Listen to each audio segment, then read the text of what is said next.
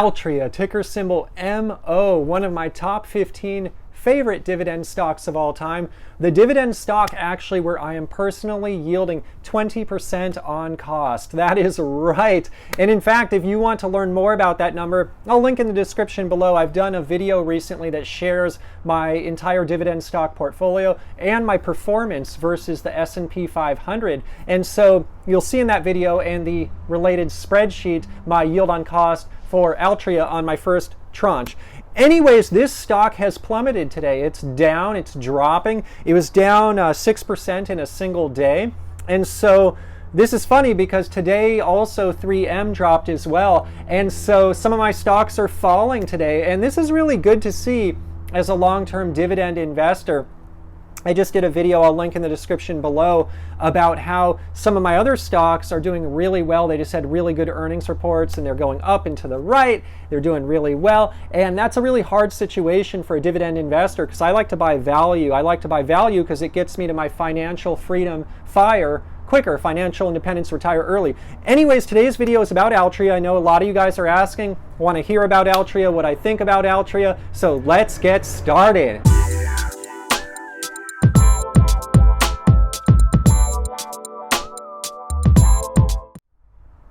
So Altria is an interesting one for me. In my early days building my current stock portfolio after we purchased our home, SIN stocks for a while were nearly 100% of my portfolio. And I did that because I realized a ton of value in those stocks, and taking on that calculated risk paid off very well for me, very, very well. And you guys know that again because I'm yielding 20% on my original tranche of Altria. Now fast forward to today in 2019, SIN stocks comprise about 11% of my dividend stock portfolio. Now I'm really happy about that because I've de-risked the portfolio. This is an industry that does contain risk, and that's one of the reasons, quite frankly, that there's only one SIN stock in my top 15, and that is Altria.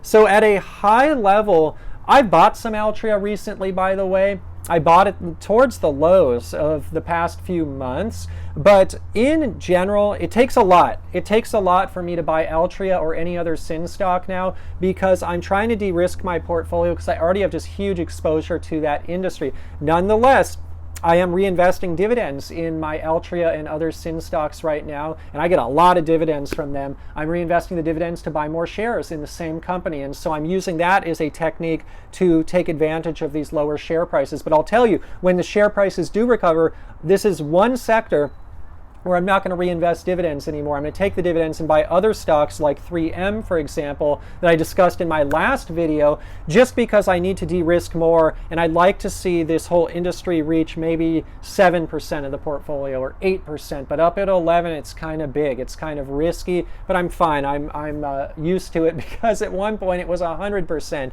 Anyways, that's where I stand with SIN stocks. That's how I look at SIN stocks. Now, if I were starting over again in 2019 and was a bit younger than I am now, had a smaller portfolio, back basically like I was when I was 100% SIN stocks, would I be looking at things differently? Probably, but I'm sharing how I'm looking at it now because I'm an evolved investor who has gone through a lot.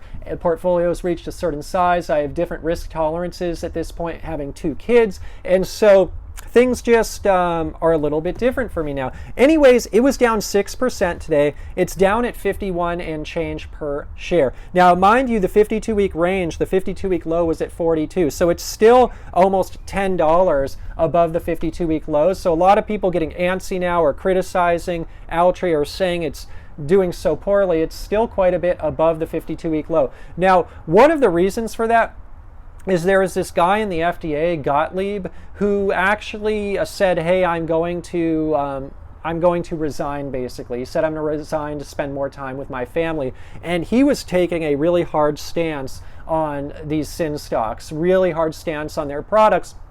He's gone now. But in general, I would say people in the FDA and lawmakers and such, politicians, they are still taking a pretty strong stance. One of the recent pieces of news on Altria and other similar SIN stocks is they are considering, the government is considering raising the age from 18 to 21 in terms of purchasing the products that these SIN stocks sell. And so That being said, I'll just tell you at a high level. Again, I'm going through the high level stuff here before I get down into some of the numbers. Altria and other sin stocks, they have been facing declines, quite frankly, since the 1970s, but they have been doing just fine managing it over those years and creating great value for shareholders. And so if the age changes at which a consumer can purchase these products, quite frankly, I'm not too alarmed because they've dealt just with so much over the years. They've made it through so much, they'll make it through this. We'll just see how it plays out, though. I don't know what's going to happen. Who knows? I'm not going to worry about it too much right now just because I know they've been through this before. Now, going into some of the numbers, the dividend per share is 80 cents per quarter. And what's interesting here is just recently, they raised it. They raised it aggressively, very aggressively, by 10 cents. In fact, they raised it 10 cents from 70 cents per share per quarter to 80. And so this 10 cents actually marks a 14% increase in the dividend. That is just fabulous. And so this happened actually for the quarter of September 13th, 2018 versus the prior quarter. It went from 70 cents a quarter to 80 cents. And so at a high level, the management team at Altria, they know what's going on. They are, mind you, this is the best performing stock of all time according to many studies. A lot of the thought out there thinks these growth stocks are everything. Hey, Amazon's the best stock of all time. Google's the best stock of all time. Look, these are great companies as well for growth investors. I don't buy them because I only invest for dividends, but I like them. I think they're interesting companies for certain investors. I'm not trying to say one strategy is the end-all, be-all, but what I am saying is this company, Altria, over the long term has, according to certain studies, created more shareholder value than some of these high-flying tech stocks, which is really interesting because a lot of us investors think that the tech stocks are the only ones that have gone up extraordinarily. Anyways, they would have not raised the dividends so much recently if they didn't have confidence in the business. And they knew back then, a few months ago, what's going on. They knew they were going to face some softness. These changes don't happen like that at these companies, especially with a predictable business like they're in that is a consumer non-cyclical business. So the dividend right now per year, if I take the 80 cents, I multiply by 4, it's $3.20. That is about a 6.22% starting yield. Not bad. When I started buying sin stocks back in the day, and I did really well, I was buying in the 7 and 8% starting yield range. And that's how I got my 20% yield on cost, because I bought them with high starting yields and they raised the dividend tremendously over the years. So I get my 20% yield on cost for my first tranche for Altria. But anyways, a 6.22, it's not the lowest it's been recently, but it's a reasonable starting yield. I think it's a good starting yield. And like I said, I'm not buying Altria here. For me to have to buy it, given the allocation I already have, it would have to get down to the bottom of the 52-week range. It'd have to get down to 42 again. It'd have to drop about 10 points here. And so that said, I am reinvesting. But again, I think it's a reasonable starting yield. So the earnings per share estimate for 2019, based on analysts, the average consensus analyst is $4.19. If I take the current dividend per year, what was it again, 380 or 320, I divide by that 419, I get a payout ratio of 76%. Now, mind you, the EPS for the year might be even lower than that because the analyst expectations, I don't know if they've been adjusted since the news today. They probably have not. They need some time to adjust their expectations. But nonetheless, I expect the payout ratio to be somewhere in the 76% range.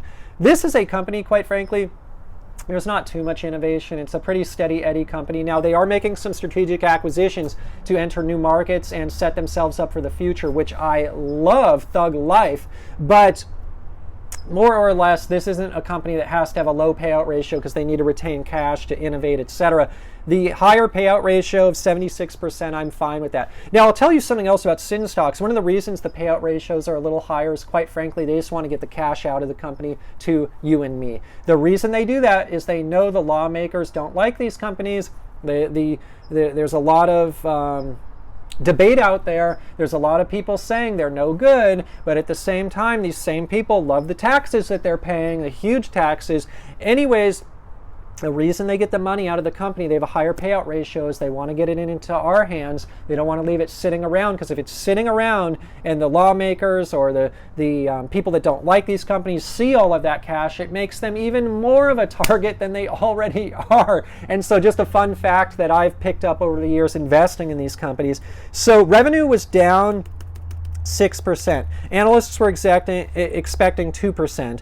And adjusted net income fell 6% as well. So basically the earnings per share came in at 90 cents. The analysts were expecting 95. And so this isn't good. Earnings per share are down year over year. Revenue is down year over year.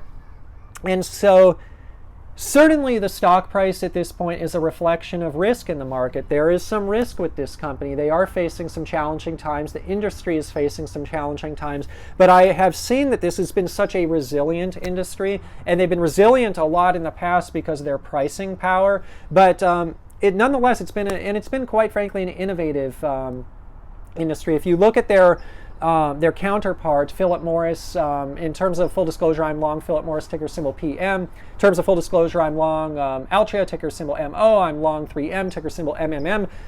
Anyways, if you look at their counterpart, they're doing some really interesting things with heated products. And these heated products in Japan in particular, they're just doing phenomenally. And so my understanding is these heated products are not being brought into the US yet because they need to go through FDA approval. But if they can get the heated products into the US and the FDA approves them, that could be a new growth driver. Other growth drivers are the Juul investment that they made, the large Juul investment, and the Kronos cannabis company investment that they made as well. And so look, they're making strategic investments. They're placing big bets. For some of these big bets, they're quite frankly overpaying. But look, they have the distribution in place. They've got the operational excellence. If anyone can succeed in the United States at scale of making cannabis work, it is going to be Altria. And so I am willing to bet on that, and I am willing to stay strong, keep my position. I'm really confident that the dividend is fine, it's covered. I'm confident, quite frankly, that they're going to recover and be resilient from all of this. That being said, this is a higher risk play. But look, right now, my top 15 favorite stocks of all time, dividend stocks, I only have one that is a sin stock, and it is Altria, and it is for the reason of risk adjusting. And so, like I said, going forward, I'm going to be real careful with my personal purchases of this because I have to de-risk the portfolio. I'm at a different stage in my investing career. Anyways, one more thing worth mentioning. Volume is down 7% year over year. Now this adjusts for the calendar. Volume was actually down even more. I'm talking about shipments, volume of the products that they sell. The volume was down even more, but there was some weird stuff, like it was a hard comp because there was one less day in the quarter, and certain closing dates of quarters and stuff didn't match up and whatnot. And so some basically adjusting for calendar differences, the volume was down 7% year over year. That doesn't alarm me too much because I know we're in an industry where volume is declining, and they've managed the volume decline over the long run. And I think they have three wild cards here, or I'd say 4 wild cards that is going to propel this company into the future. First and foremost, volume will only decline so much. At a certain point, it's going to flatten out. The volume drops are going to flatten out. But they've always had pricing pressure, and they've had the ability to price their product, increase prices. So I think they have that lever on their traditional business. But I think in terms of wild cards, they have the heated products, those new heated products that are working so well at Philip Morris. Bringing those from international into the US, huge wild card. I think wild card number 2 is Kronos. Wild card number 3 is Juul. Personally, I think Kronos is the bigger opportunity than Juul because I think, look, cannabis, huge market, huge opportunity, and these are the guys that have distribution to make it happen. And so I think the traditional business is somewhat going to be fine, but I think they are smart, quite frankly, to take on some of these growth initiatives because I think the time has come. They've used their pricing pressure for quite some time to combat volume, but at a certain point they've got to break into some new things, and they're doing that with their acquisitions. So I would be curious what you think. I do apologize, didn't have my whiteboard today, wanted to do this video really quickly like I did the last one on 3M, get it out to you all in real time. I'd be curious if any of you own Altria, how you look at Altria, what you think about Altria. Share in the comments section below. We have a thriving community. We are dividend investors supporting other dividend investors, and let's just have a great discussion as we always do. I am so blessed, so thankful for each and every one of you who have subscribed. It means the world to me. I love you guys. You guys are the greatest. And before we leave today, in terms of full disclosure, I own the stocks mentioned today. I am long 3M, ticker symbol MMM, Altria, ticker symbol MO, Philip Morris, ticker symbol PM, and I might have mentioned another one earlier, but I did the disclosures at that time. In terms of a friendly disclaimer, I am not a licensed investment advisor. Today's video is not investment advice. Today's video is just for your fun and entertainment. If you're going to go out and invest in the stock market or anywhere else, please consult your licensed financial advisor first. Literally just sharing my journey here on YouTube for fun and entertainment. We're 25,000 dividend investors strong. Please subscribe and check that little bell to get notified when my new videos come out. I'll see you all in the next one, the next dividend investing video.